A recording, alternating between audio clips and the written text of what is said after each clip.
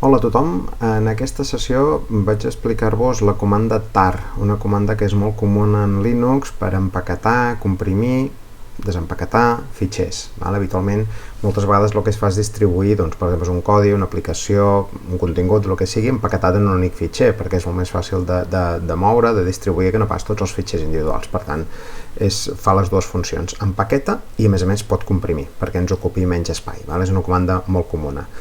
Llavors, per exemple, si estic en una màquina Ubuntu, jo aquí tinc un directori que es diu web, que té una aplicació web. I llavors, moltes vegades, tu empaqueto en un tar i penjo al tar, per exemple. Com es faria això? Molt fàcil. La comanda, senzillament, és fer el tar i té diferents paràmetres. Quan volem crear un fitxer de zero, és la C de create, la V de verbose, i la F sempre hi va, per motius històrics, el paràmetre F sempre ha d'estar, de comprimir. Llavors, què li direm? Per exemple, és un fitxer que es dirà web.tar, habitualment els fitxers que estan empaquetats amb tar d'extensió són tar, i ara li diré quin directori vull comprimir. D'aquesta forma, com que he posat la V baixa de verbose, em mostra tot el que he empaquetat dintre d'aquest tar. Si ara llisto, el que tinc és un web.tar que conté el contingut. Com puc veure el contingut d'un tar? Doncs la mateixa comanda ens té l'opció T-F del fitxer web.tar i així veurem tot el que conté aquest fitxer comprimit. Per tant, és una forma senzilla d'empaquetar contingut. Què podria fer jo? Doncs, a part d'empaquetar el contingut, el que podria fer és comprimir-lo. Com ho faria jo? Doncs recuperem la comanda en la qual estem empaquetant i tenim dues opcions de comprimir, amb BZ2 o amb gzip, amb els dos formats de compressió. Si fem servir el GZ, doncs per exemple seria l'opció Z, jo si li afegeixo l'opció Z, ara li estic dient que a més d'empaquetar, de crear-me fitxer, em comprimeixi el contingut, i habitualment el que es fa és posar-li l'extensió GZ, perquè sapiguem que aquest fitxer és un fitxer tar i comprimit amb gzip. I tornem a fer la mateixa comanda. Si vull comprimir-ho amb BZ2, què seria? El mateix, en lloc de la Z, una J. I llavors fem l'extensió BZ2, per exemple, bzip2. I comprimim el mateix directori. Veieu que el funcionament és el mateix. Ara, on veurem la diferència? Doncs en el contingut. Teòricament, aquí hi ha poca diferència, el BZ2 és més òptim a l'hora de comprimir i el tar GZ és el que hem tingut aquí. Així tenim dos fitxers, fixeu-vos la diferència de 20 cas a 3,9 o 3,6 cas. Per tant, el que fem és comprimir aquest fitxer.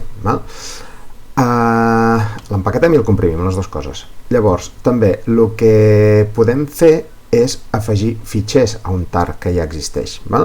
Imagineu-vos que jo ara el que faig és dintre d'aquest directori web que tinc aquí, doncs li creo un fitxer que es dirà fitxer1.html. Això és una web. Jo vinc aquí, doncs és nou índex, el que sigui, per fer un exemple, i el gravo, i ara tinc un fitxer nou. Llavors, jo què podria fer ara? Jo el que podria fer és afegir fitxers dintre d'un tar que ja tinc creat, sense haver-lo de tornar a crear de nou. Com podria fer això?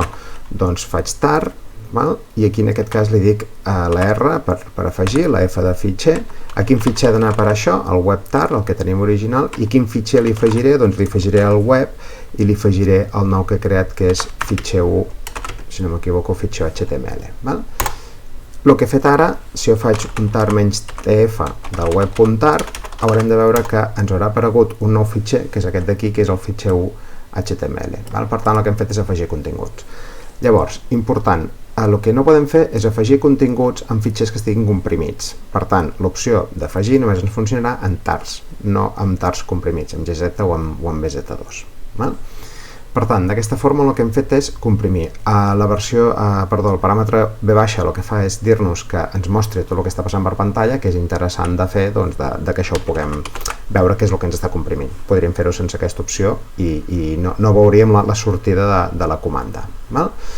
Llavors, hem vist ja com tenim diferents fitxers, els podem anar-hi afegint informació, podem llistar el que hi ha dintre del tar.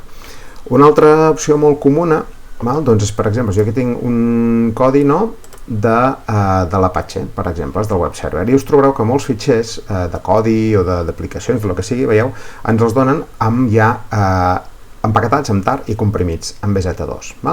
Doncs jo què podria fer? Per exemple, ara em copio aquest d'aquí, em copio l'enllaç d'aquest d'aquí, això és, me'n vaig a la màquina, i ara amb la comanda wget, que és una comanda que ens permet obtenir fitxers d'internet, puc baixar-me aquest tar BZ2 que hi ha aquí. Me l'ha descarregat, el tinc aquí, i ara què podria fer? Fixeu-vos que aquest ja ocupa bastant, ja són 7 megas, que ens ocupa això. Doncs què podria fer ara? En lloc de, com que ara ja tinc el fitxer comprimit, el que vull és descomprimir-lo, per extreure'l la comanda és la X.